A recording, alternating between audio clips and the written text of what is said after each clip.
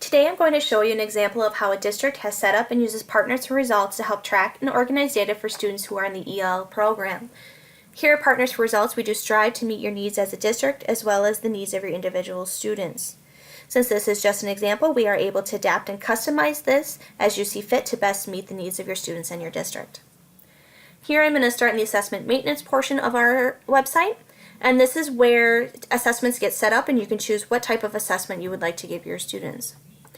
This particular district has chosen to use a student essay format, and within the student essay format you are able to choose whether or not you would like to include spell check. Another option is allowing students to take the assessment online, so teachers would have the opportunity to give the students the paper pencil version or allow them to take the assessment online. Underneath the Assign Dates tab, here I want to show you this district has chosen to give the assessment once a month, so each month has its own date. And they have also assigned a specific topic for each month. And underneath each month we are able to upload a writing prompt so that when the teacher goes to print the assessment or if the student takes the assessment online, the appropriate prompt will show up for them. For this assessment, they are grading based off a rubric, and this rubric has 3 different parts or 3 different questions to it. And in this questions tab I want to show you that we are able to attach 1 standard per question, and this is just another way to be able to track data and assess your students and see how they are doing in meeting the needs of each standard. Next I want to show you the assessment list. This is where you're going to be able to see all of your assessments. You will also be able to print from here and get all your data that you have collected from your students' assessments. This district has chosen to use the essay format for the middle school and high school. Middle school has chosen not to attach a specific topic and prompt for each month, but high school has. So you can make this what you so choose and what may best meet the needs for your students in your district. Next I want to show you what the printed version of the assessment looks like. So this is the universal rubric that the district has provided for us. There are the 3 different parts to the rubric. And underneath each specific part there are a set of bubbles. And each bubble is represented by a point value. So when the teachers are ready to grade the assessment, they would fill in the appropriate bubble that they would like to award specific points for each section. Underneath the rubric is a set of lines for the students. There are a few pages of this so that the students can write their essay. And when they are done, this would then be scanned into us. We would take an image of what the student has written, and that would be saved so that teachers can go back and take a look at it. Then we would also look at the bubbles, what the teacher has scored, and we would track that information, and that would go into the report so that you can see how the students have progressed throughout the year. The other version is the online version. The students would get their login information from their students, and when they log in, they will see this. They will have a text box to write their essay in. They will be given word processing options to use, and then they can also view the prompt. So if they click on that blue link, the prompt will open up in a new tab. They will see the prompt. They can reread that. Here they are given a starter for their essay, and then also a checklist to make sure they are meeting all the requirements for that month's essay. So they can go ahead and toggle back and forth. When students feel that they are done, they would then hit the Submit Essay Log Off button. This would then submit all of their stuff that they have written for this essay, be submitted and saved for them. If they feel like they need more time, they can click the blue Essay and Continue Later button, and then this will allow them to be able to log back into the essay and finish at a later time. They would then, when they finish, click the green Submit Essay and Log Off button, and then it will save their essay and update the information from what they already had done.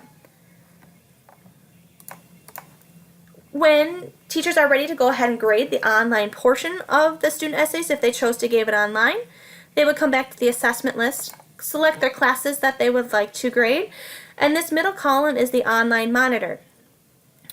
Now the online monitor, when the button is green, that means the essay is still open. Students can go back in and update their essays. If the button is red, that means the essay is closed and that students will no longer be able to go into the essay. To click the button, you will be able to then see your class list and you'll be able to grade the essay. When it comes up, it will show you the spreadsheet. These cells will be empty, but they are clickable. So when you click into your cells, you will see the student that you are working on. You will see his or her essay that they have written. You will see the 3 different parts in this case for the essay, for each part of the rubric. You'll be able to click on the amount of points that you would like to award the student for each part. This district has also allowed teachers to write comments. So they have an area of success, something that they had done well that month, or an area of future focus, something that they need to focus on for next month's essay. Teachers can also view the prompt, and then they can use the previous and next buttons to grade the previous student or the next student in their class list. When teachers are all done, they can go ahead and click the close button, and all of their data will be saved. Their comments will be saved as well. Going back into the assessment list, so what we do with all that data is we can create reports for you. This district has chosen to name their report the Video Speaking and Writing Report. And if we go ahead and open that, it will open up to your class list. And what this district has also decided to do is not only can this teacher see their specific class list, but they can see all of the students who are in the ELL program.